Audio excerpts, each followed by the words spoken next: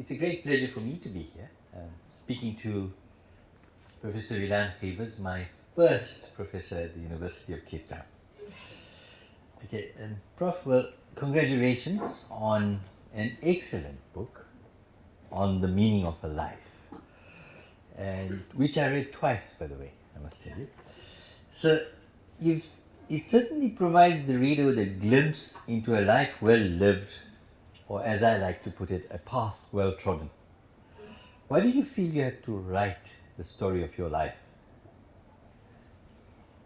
I can answer that by saying that there is a saying attributed to Socrates, the unexamined life is not worth living. And so therefore everybody should be examining his or her life all the time. But it's quite difficult to do that when you're very busy. And so most people tend to wait until the end, or near the end, and then to write one single long description of their lives. Now, recently I met one of my former students, another former student, who told me, why didn't you write this book earlier in installments, so that people would have been able to pick up all your wisdom along the way? I said, it didn't seem like wisdom at the time, because every phase of your life is fraught with uncertainty and with self-doubt. And therefore you're not exactly the right person to be telling others as to how you should be living your life and how you should be doing the things that you want to do. So therefore it is perhaps more instructive to wait until it's all been lived, or nearly all been lived, and some lessons can perhaps be drawn. And so this is the way I answer my former student, and I'm also answering my other former student, Professor Anwar. And it's very important to know that all the time as I wrote it, I was trying to bring out the facts that life has got all these challenging periods. And in my case, I was what is called a fox. The comparison is made in a Greek fable between the fox and the hedgehog. The hedgehog knows one big thing. Usually, some joker has said, the one thing the hedgehog knows is how to mate with another hedgehog, because that's not easily done. And so the fox is one who travels from one field to the other and takes baggage, useful baggage, and then starts again and has all the uncertainty and all the worries and so on before being able to see whether that new phase will in fact work. And so therefore, to some extent, you first have to diagnose yourself as to whether you are a hedgehog or a fox. We need both. The hedgehog add to knowledge in an incremental way until they know everything there is to know about one cell in the body, for example. I have a very good colleague who is like that. He knows everything about one cell called the macrophage, which is essential to your defenses against bacteria and viruses. Whereas I have put work in quite a lot of different fields. So Anwar, the answer is, a bit long-winded answer, is that I waited until I had time to think back very carefully. Fortunately, my brain was still working well, and I was able to write the book out and explain how it was that the uncertainty was turned to better effect as things went right, in most cases along the way. Thank you. Thank you, Prof. So, you gave us several chapters on your childhood and your youth, and one reads that with great interest to try and understand the early forces that shaped your life, and you excelled well beyond your expectations. I remember when you said you wrote the matric, I mean, you were not expecting to do very well. It was the same thing with medicine, and yet you had done well all along the way. So this is a recurring theme in your life story, but what is behind it? I think what is behind it is being a fox. Because to some extent you're always in an uncertain situation, and you have to find your feet and you have to see whether things will work out. I think that is the same explanation. And really, I also wanted to illustrate to people who may read the book that being a scientist who is considered to have been successful is not an easy road. Often there are very difficult times, and there are enormous periods when you wonder whether you really are cut out for what you are doing, and whether you should be doing that, you should be doing something else. And whether things will suddenly, the bubble will burst and you'll turn out to have been a fake, to turn out somebody, an imposter. So nowadays people talk about imposter syndrome. So that is what really caused this all along the way. Thank you. And then you shone, as I said, in medicine. You did extremely well. Then you did an internship at Fortescue, which you've described again in your book. And then you took a very sharp turn and left clinical medicine and moved to Oxford and then New York into the research world. That was a very, very big decision. How did you take that? I think I can explain that when I started my medical studies, I was all over the place. I was still very much interested in the humanities. I spent more time in the main university library than in the medical library. And I wasn't sure that I was cut out to be somebody who could work successfully in medicine. So therefore I watched very carefully as I was taught by people. Remember, the medical students have a very broad education. They were taught by social medicine specialists, public health specialists, psychiatrists, psychologists, as well as physiologists and biochemists and pathologists and so on. So it's a very broad education. I was looking for commonalities as to what worked, what seemed to work, what made people seem to me to be impressive.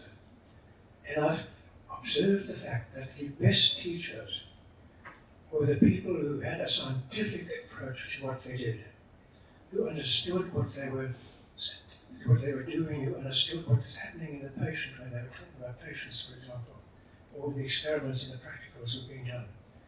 And therefore, I began to see that it was the understanding of what is going on that allows you to be humanistic towards the patient.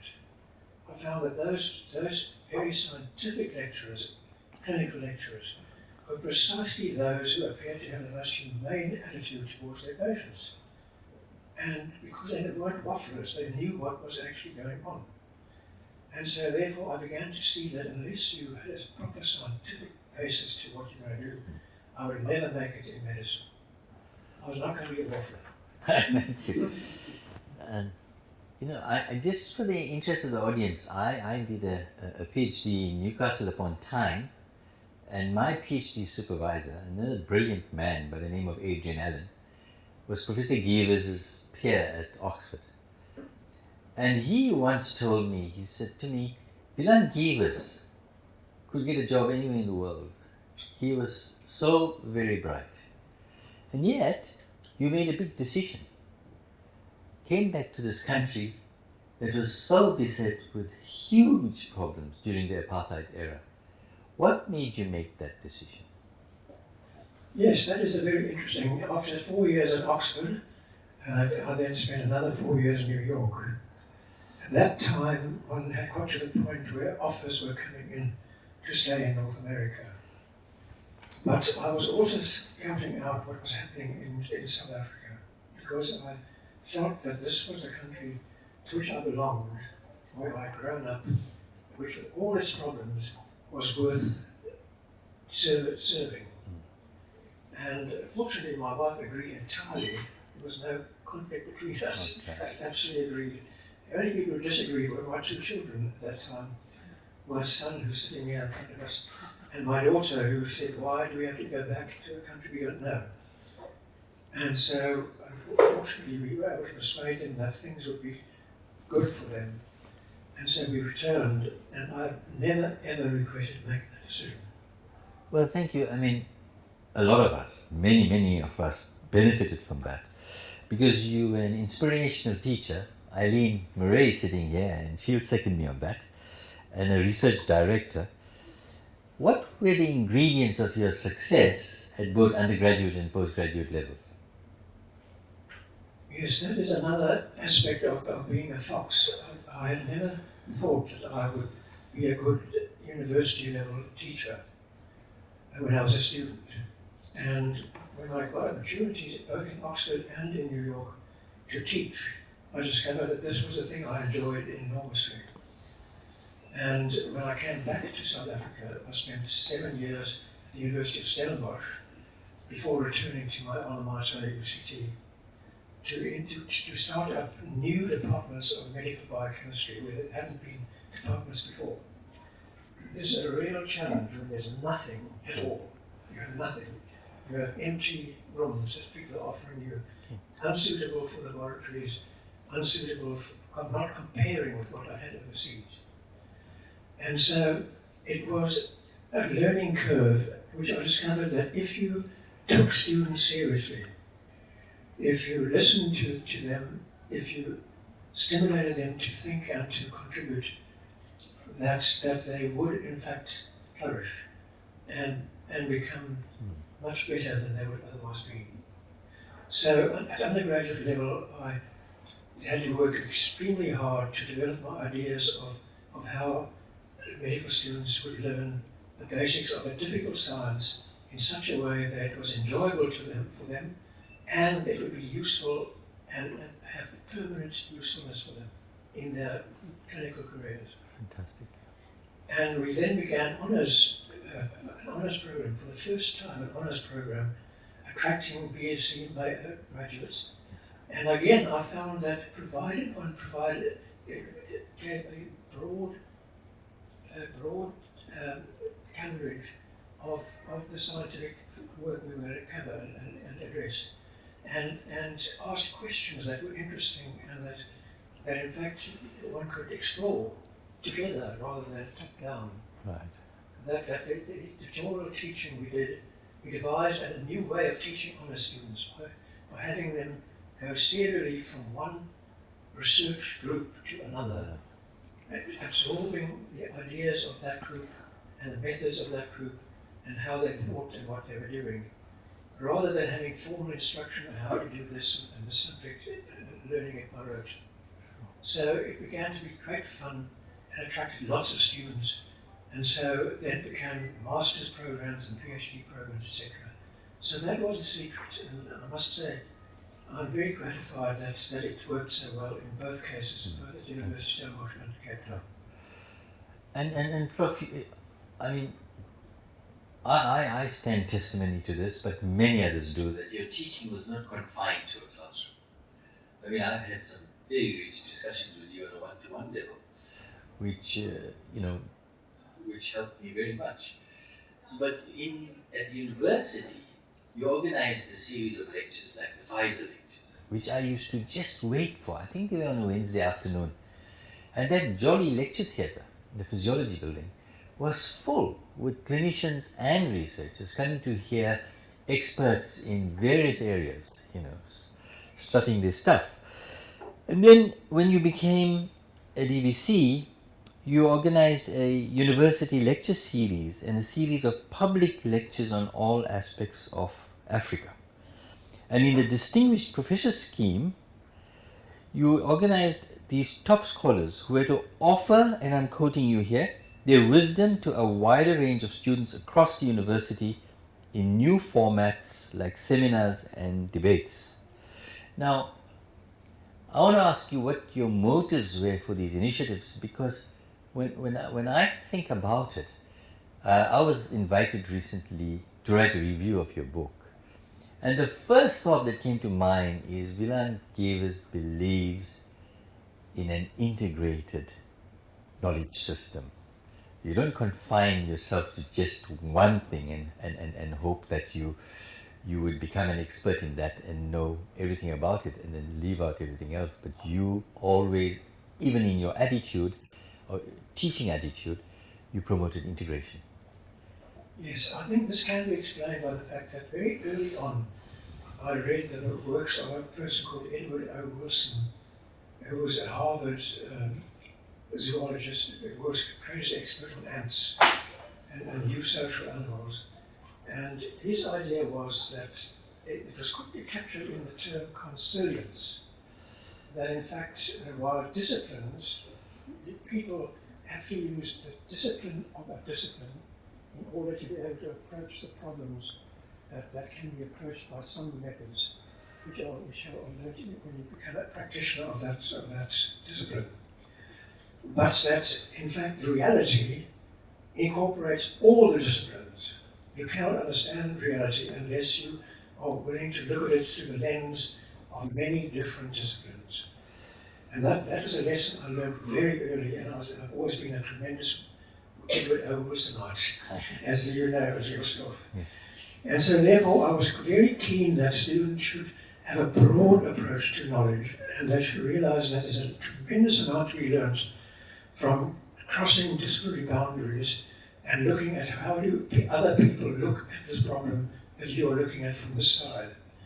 So you may remember that Tim Noakes, who was a very bright medical graduate working at the time in heart research, he wanted to start sports science at UCT. Now, Dr. Sawn, as a vice chancellor, told it was Mickey Mouse stuff. He would never approve it in his department. So I offered Tim Noakes a home for his honours in sports science. And amazingly, I took part in the teaching with a colleague in physiology who taught the physiology of muscle and muscle contraction and muscle work, while I taught the biochemistry. And never have I learned so much as in crossing that line. To give you an example, we found that biochemists thought that muscles only contract. Whereas anybody who's gone up Table Mountain knows that muscles have to elongate, they have to relax. And there was no model for muscle contraction during walking down Table Mountain, for example. So we taught each other an amazing amount, and the students loved it. The students in that big class loved it. And so that's the first example of how we really could make it work. Then we tried to have a course for medical students called Human Biology, taught by 7 departments in 3 faculties, of what are humans, how do they grow, what about the sex or the gender issues, what about human population genetics, what about social anthropology, etc. And 7 departments operated, and that course was taught for 10 years to medical students. So therefore what you're describing, and I won't take up the time again to repeat that, was an attempt to get students to listen to something voluntarily that was out of their field, but was taught by a superbly expert person. And yet it worked for a while, and then it just seemed to meet up with total resistance. So I had to conclude eventually that the way in which universities are set up, that especially in South Africa with the old Scottish system of credit accumulation towards a bachelor degree, that students are so concentrated on getting their degrees that they are not willing to step out into something else. And Prof, I can remember the first time I stepped out into something else and entered a new world. And I'm very interested to know, is that where the meaning of your life emerged? Is that where you started developing ideas of what is the meaning of life? Yes, I think that I've had many discussions about this question of depth, the hedgehog, and breadth, the fox.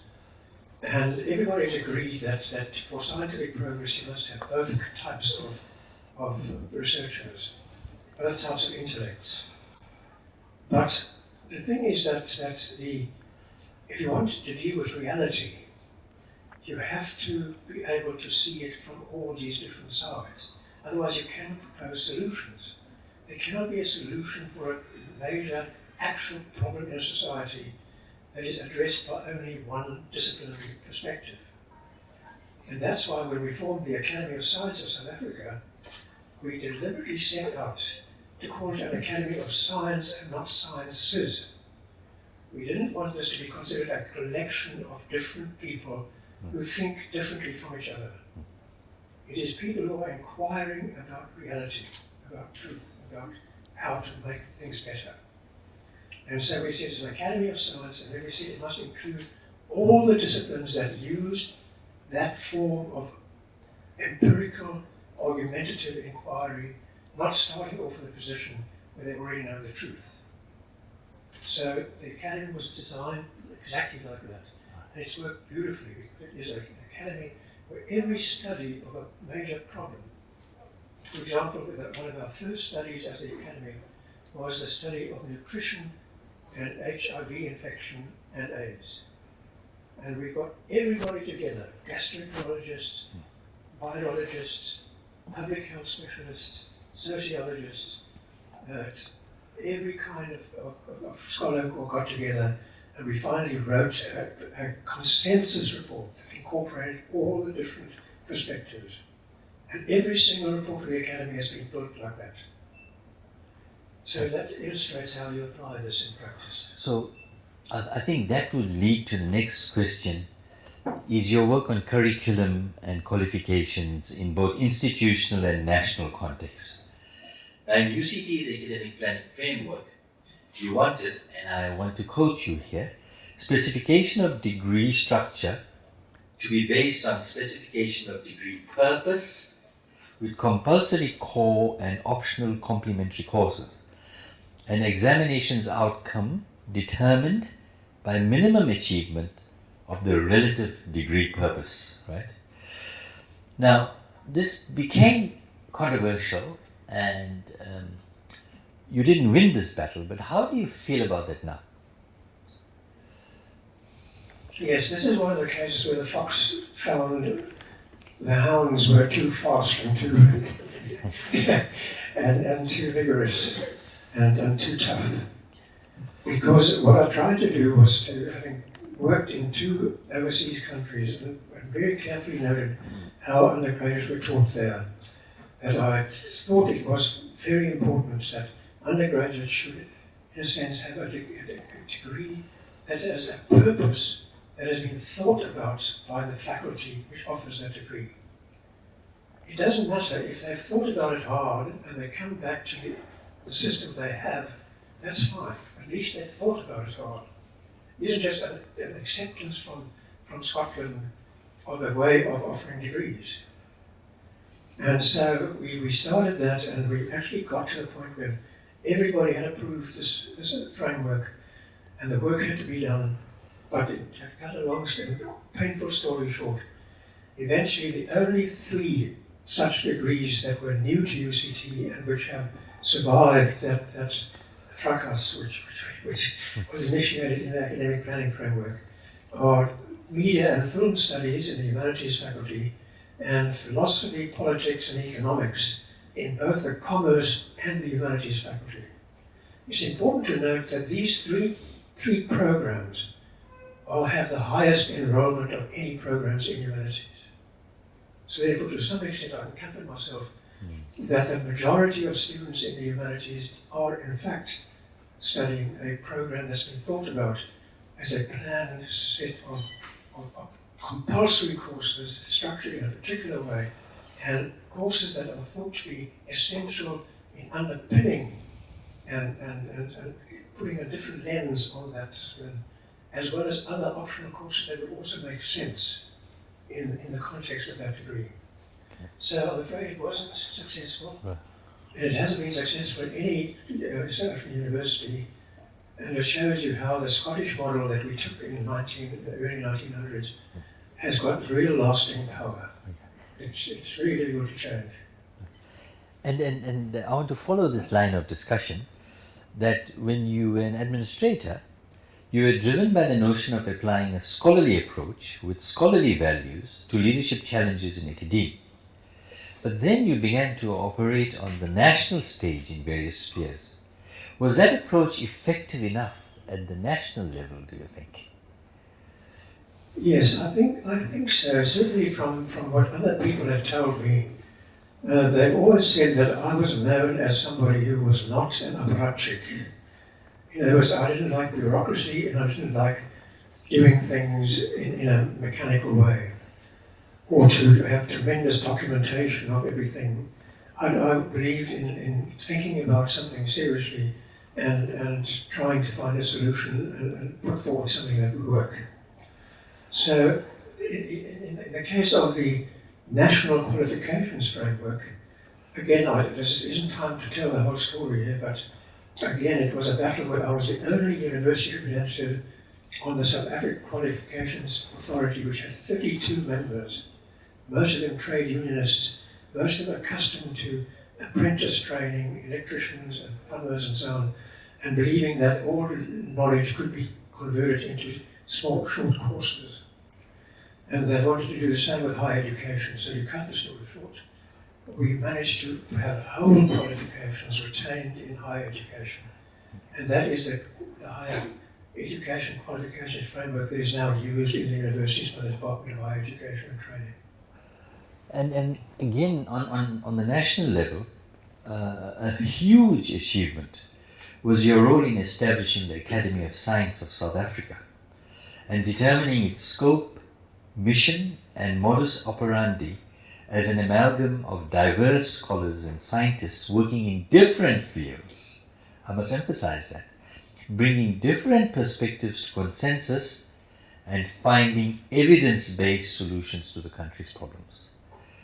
As its president and then as its executive officer, you played an important role in bringing a new academy to international notice, also in Africa. How did this national body link to individual universities? Yes, thank you. I've already mentioned how we started the new academy, and essentially in 1996 it was launched, and it was part of the new South Africa. Now the question you're asking is, what is the link between the universities and the academy? Now that's very natural. A large majority of the members of the academy are based at universities, and they are eminent scholars in a whole range of disciplines. And to some extent, the academy can be considered to be the collective think tank of all the different scholars and academics in our country. Because no single university can possibly put together the kind of teams that we put together for our consensus panels to look at different problems. So that was the first answer. The second is that we reached out to the rest of Africa very early. We formed a network of African science academies. Professor Robin Crew, my successor as the president of the academy, was very active in getting that going. And then we got a way in which those academies joined us in adopting the same kinds of approaches, began to do studies for their respective governments. Okay. So that is how we have linked up with most of the other African countries, except the countries that have stayed out of the North African countries, because they are part of the Middle East system. Right. So thank you, Prof. But, and you never rested after your retirement. You had the second big post-retirement project, which is the IDM, the Research Institute at UCT, launched in 2005. Now, you were the chair of the University Planning Committee, and I want to remind you, this is now Prof during his retirement. You had felt that a new kind of university entity was required, cutting across boundaries and communities of practice. Thus, the idea of the Institute was born out of several nascent initiatives with you as the interim director. And you took principal investigators, the best and the brightest, you say, could share cooperatively a single organizational and intellectually open space. So, what is your view, after having achieved something like that, what is your view of the higher education landscape of today? Thank you. I think that there's been a remarkable degree of sensible funding policy in higher education by the department, the government department, and by the research funders, such as that National Research Foundation. And that we had a situation around about the year 2000 when the institutes, the national institutes at the CSR had all been closed, and there wasn't a single research institute left in the whole country, as far as I knew. And therefore, essentially, there had to be a restart of this way of doing things. Since then, we have had the research chairs, which forms active, well-funded, small groups of people under one professor, 5-year terms, renewable, etc. We had the formation of centers of excellence, which are larger entities with several people who could be regarded as a principal investigator. But the point about the Institute of Infectious Disease and Molecular Medicine, now called the IDM, was that there was a national urgency about that one. We had the HIV AIDS pandemic or epidemic in the country. We had TB as an accompanying massive problem. And then later on we had COVID. So there was an awful lot to be done. And it was disorganized and poorly funded.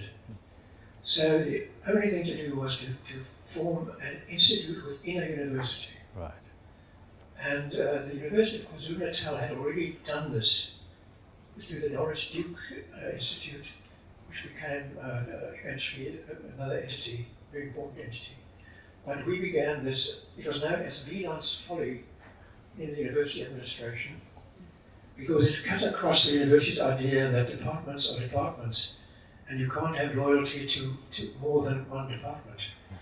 But in fact, it worked pretty well, and the 19 or 20 principal investigators worked together, had seminars together, shared students, shared honours modules, and the whole thing eventually became the largest research enterprise at the university. So it was well worthwhile, and again it was a principle of consilience. You've got to look at TB and HIV infection and other similar infections from the point of view of different perspectives. But Prof, just from that, are you optimistic about the higher education landscape in the country today?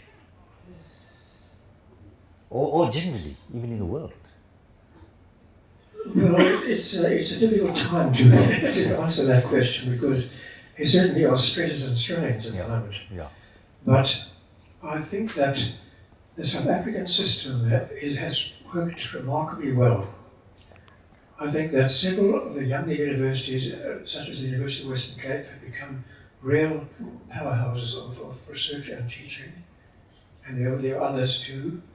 And I think that the way in which the country has come up in total research publication, international literature, and the number of people who are rated by the NRF for research support ranking, I think that the country does have an extremely potent higher education system. That's not saying that every part of it is already there, but nevertheless, I think that in general, it's okay and can contribute a great deal. There has to be a lot of attention given to the students, undergraduates coming in. There's some sort of match between the matriculation system and the university capacity, because at the moment that doesn't seem to be matched at all. Twice as many people graduate with a bachelor's level matric, and then only half that number of places at universities. So the TVET system is not properly developed yet. So I think there are a lot of things that have to be addressed. But it's something which we can be, it's not the worst part of our system. And you also represented our universities, the South African universities, on the South African Qualifications Authority for 6 crucial years. Now this work you did mainly behind the scenes. What were the big issues that you had to deal with? Well, I've mentioned that the biggest issue was with the higher education qualification be broken up into what are called unit standards, short courses that you can take at any time, in any sequence, and ultimately you get a degree out of it. That is what I was trying to counter at the University of Cape Town through the academic planning framework. Precisely, I was trying to counter that people just hit 18 credits and say, I've got a BA degree. So therefore that was anathema. And we tackled that. You had to do a lot of very hard work, because we had to show that it would work. We had to show that you could say, what can a BA graduate do when the BA graduate has got that degree? It's not as simple as saying the BA graduate has passed courses in all these subjects. The question is, what can that BA graduate actually do when put into a job? So therefore that is the whole thing. How adaptable are they? How much capacity do they have to find a way for themselves? And you said that you were driven, when you worked with Mampela, you were driven by wanting to take UCT out of its static existence and help it rise to the new challenge of a better institution in South Africa. That's what drove you. And you think you've succeeded in that? Well, I think the whole point of the academic planning framework was to have a degree system that was designed particularly for students with a poor preparation, because it had been thought about, it had been planned to bridge and to help and to support and to produce graduates of exactly the same quality as before. So therefore my interest was very much in helping Mandela, who was in a sense changing the university's direction within, because she was very close to then President Mandela, and she was trying to change the direction so that this would be a fine institution and would be matched to how the students could succeed. That was the point behind it. So Prof, I think in this discussion, we've covered a part of the richness of this book. I think the book has to be read in detail to actually really understand what you mean by the meaning of a life. And near the very end, you say, that's what it's all about then. Making your life in the face of chance and accident, loving to the fullest extent possible, and through your agency, positively affecting the lives of talented others while leaving the world in a better place than you found it. I don't think anybody has put it better than that. But Prof, do you want to add anything for the audience on that? Yes, perhaps I could just address the issue when this title of the book was first proposed, the meaning of a life. A lot of clerical errors crept into the correspondence about the book, and it became the meaning of life, which happened to be a film made by Monty Python a long time ago, a very irreverent and bawdy film. So that wasn't going to work. This was to be the meaning of a life, and to some extent it is the same. The meaning of life, since life, we're talking here about humans mainly. I'm not talking about the life of dogs or cats or just whales. We're talking about humans. And humans, the analysis of one life is a good guide to the analysis of all lives of humans. Maybe, but it has a chance of being so. So that's why we wanted the meaning of a life.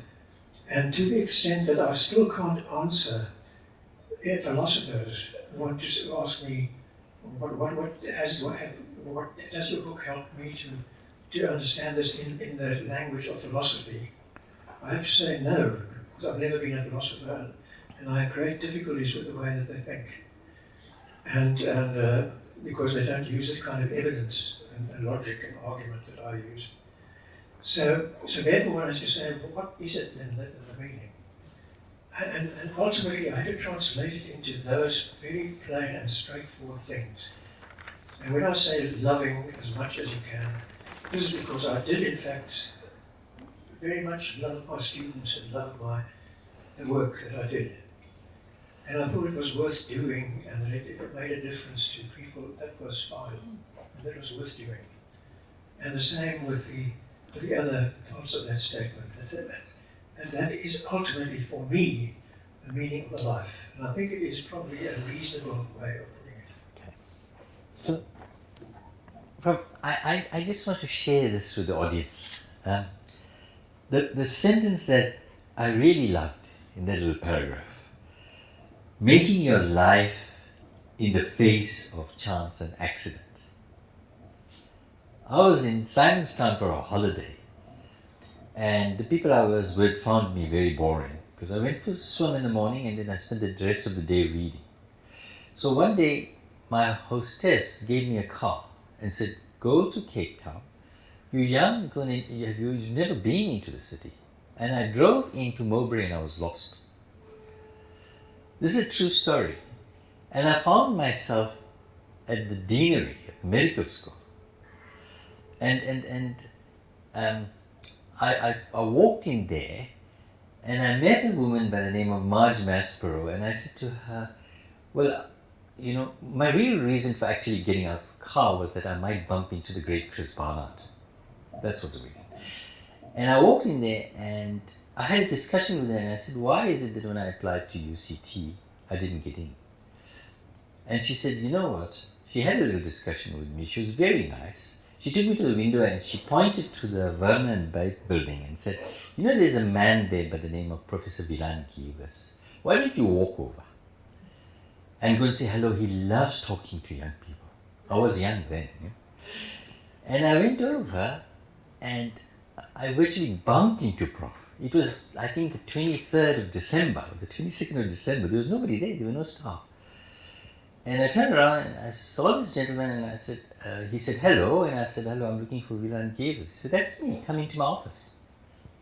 And we had a 10-minute conversation, completely unplanned. And it changed the trajectory of my life. Making your life in the face of chance and accident. Prof, thank you very much.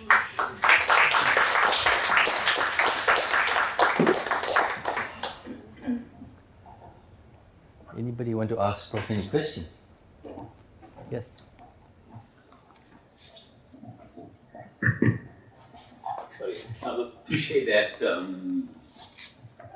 chat, and I think it's maybe an extension of the question that was asked earlier by Prof. Mal around where you see the country's higher ed system going, and in a country where our 26 universities are really challenged with this idea of massification of how we teach, the need to scale up another 10,000, another 50,000 learners.